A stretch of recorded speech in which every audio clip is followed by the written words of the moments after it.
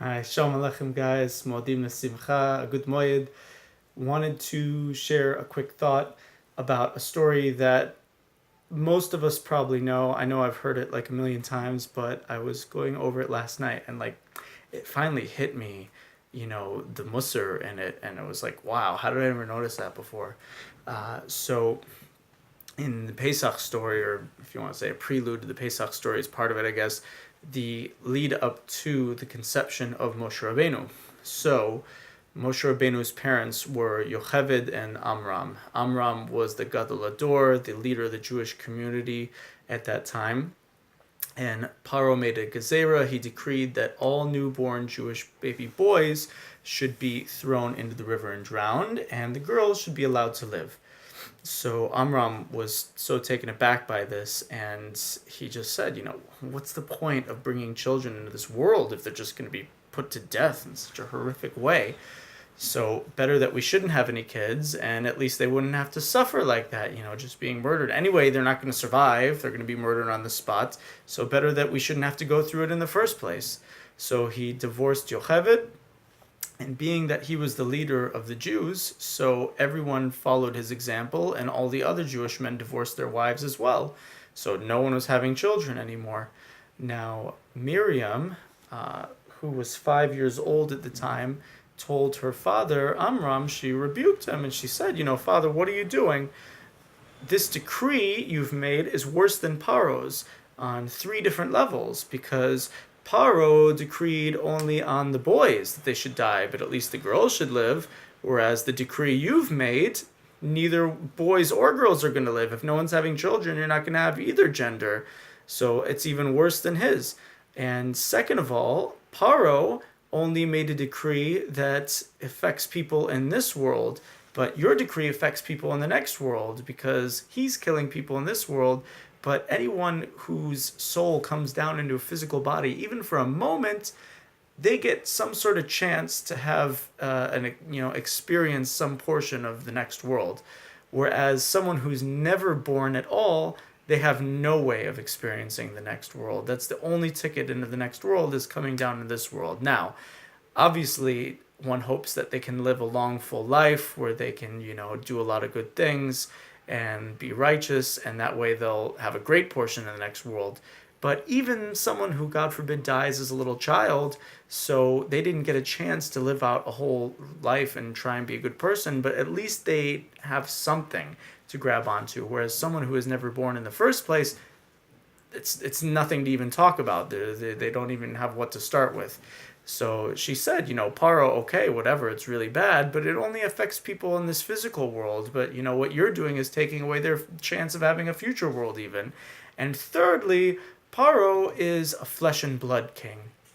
So maybe his gezerah will stand, maybe it won't. Maybe Hashem will cancel it, maybe Hashem will find some way around it, something like that, right? But you're the tzaddik, so if you make a gezerah, for sure it's going to stand. Chazal says that there's a phrase, Hashem gozer v'tzadik mevatel, tzadik gozer v'Hashem mekayem, right? That when Hashem makes a decree, the tzaddik can cancel it, can overthrow that decree if he doesn't agree with it.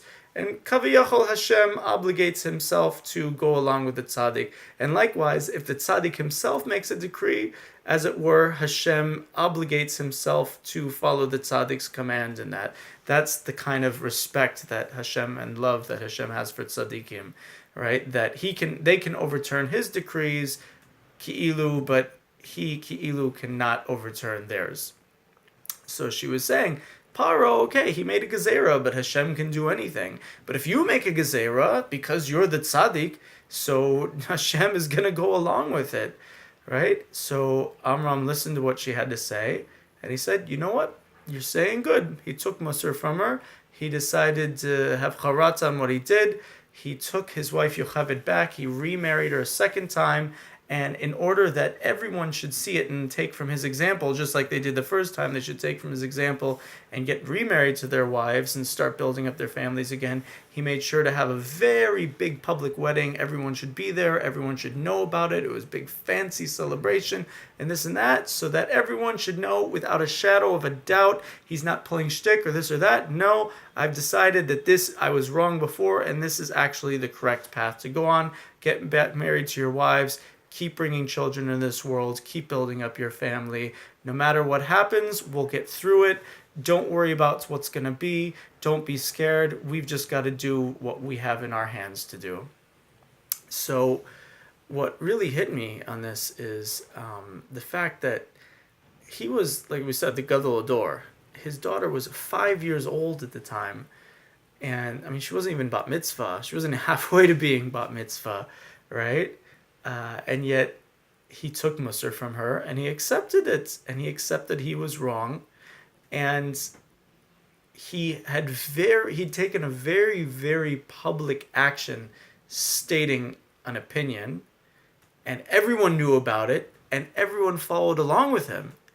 And then he took a very, very public action and made Badavka an intention to make it public so that everyone should follow him again the other way, saying, you know what, I was wrong the first time. This is actually the right way. I've changed my mind. And it just blows me away, the humility that, how hard is it for us to say we're sorry when we're arguing with someone, or if we have a disagreement or something like that. Just in general, if, we feel like we're on the same footing as someone.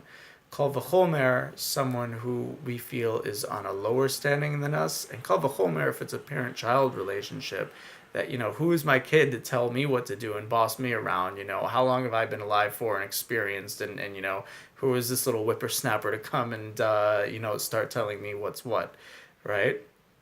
Yet Amram had the humility to accept the truth wherever it was coming from, even though it was from his child, who he's the one who should be teaching her and telling her what's what, and yet he accepted the truth when she pointed out to him, and even though she was lower than him, but it didn't matter. He said, she's saying good, and I can't argue on it. I've got to live according to the truth, even if it means going back on, what I did. And that's the other thing is, not only that she was lower than him, but he was this important guy. And when we start to feel some chashivas in our lives, we think like we're on top of the world. And, it becomes so hard to lower ourselves down and start listening to others. And also that everyone watched what he did, not to the point where everyone was copying him. So if he wouldn't have changed his mind, no one would have said anything against him. They would have said, no, he's the gadol, he's the tzaddik, he's the chacham. So if he did it, obviously it's the right thing to do, and we've got to do like that. I mean, I can't imagine the test it must have been for Gaiva in a situation like that.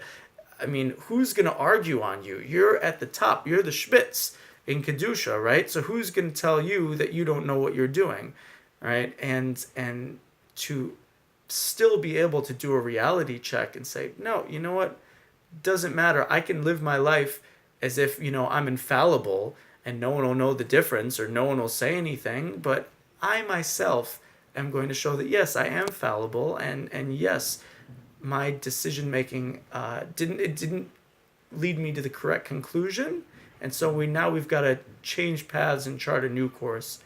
And just the fact that, all those aspects of humility, it was just so intense. So what happens? He takes this incredibly humble move, marries his wife, and what's the next thing that happens after they get married?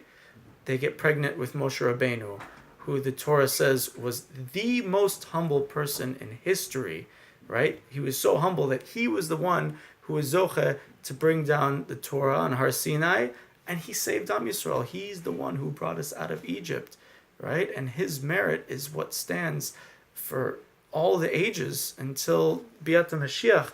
Moshe Rabbeinu's zchut stands for us, right? He's called the humble one, right? And why is he so humble? Because look where he came from. The only reason he was born in the first place was through an act of extreme humility.